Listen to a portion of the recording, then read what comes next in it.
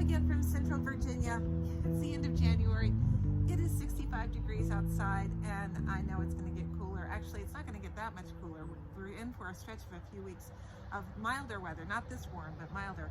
So I'm actually going to do some sowing back in my kitchen garden. I am going to plant some spinach and some tatsoi, and maybe just put a few radishes in. I did a video before the end of the year. I guess it was back in December, maybe, about my final prep work in the kitchen garden. The kitchen garden is so called because it's right outside my kitchen door. It's actually the little garden that my dad had started before he passed away and had for years, and then I sort of rehabbed it when after he passed away, and we relocated here. So it's been a loving project to get this little garden going again, and we've expanded it a little bit, and it's been pretty successful, although now it's getting quite shaded. So things like spinach do much better here. But let me show you what happened over the winter, even during the coldest time that we had when it got down to zero, because I actually had some things survive. Let me show you. As you may recall, my prep for this garden was just throwing down some compost and then putting layers of hay over top of it. It really had very little weeding left to do or anything like that in here. And so things did pretty well over the winter.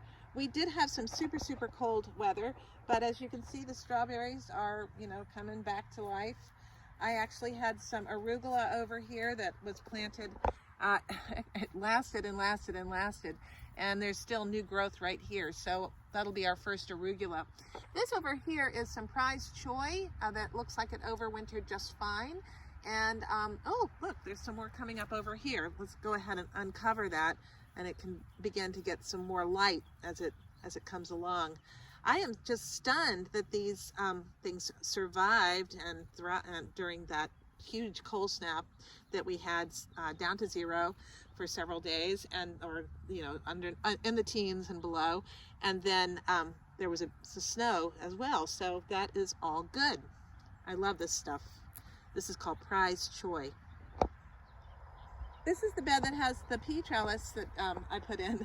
You can see here, I think the squirrels have been digging in here, looking for whatever they can find. Good luck, squirrels.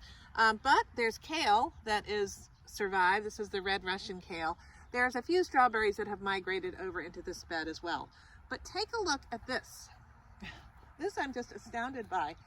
I had planted this lettuce in the fall. It really didn't do too much, but it's here. It's come up.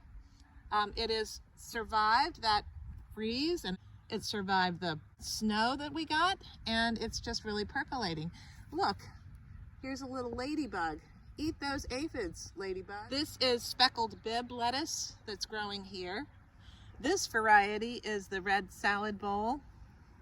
I think that's what this is as well. So I'm just going to plant this bed over here, and I'm not even going to put it under cover because it hasn't needed it so far. If it doesn't make it, well, doesn't make it. That's gardening. But won't it be super nice to have some salad in February?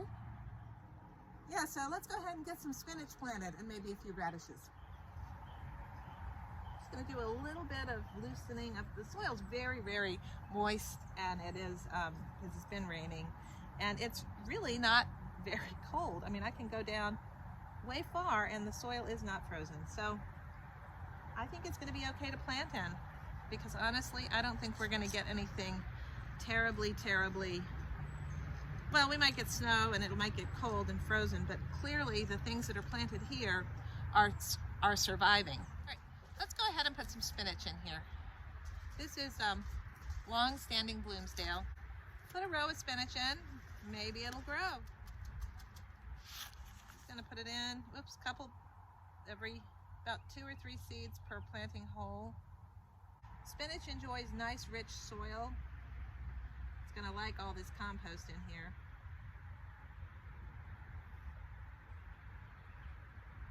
Hopefully the squirrels and birds won't come and pick this out. I think in between, I'm just gonna plant some radishes, just to have a few coming up. Always good to have a few radishes coming up here and there.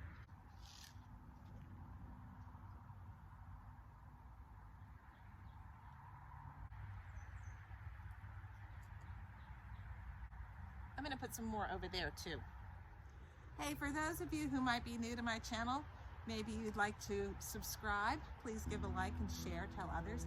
What I do is what you see. I garden and I cook. So I share what I know and what I do with my viewers, and I do it just for the pure joy of it. So do join me in this gardening and cooking adventure. Thanks so much for watching today. I hope your garden starts growing well, and I hope you're well. Bye.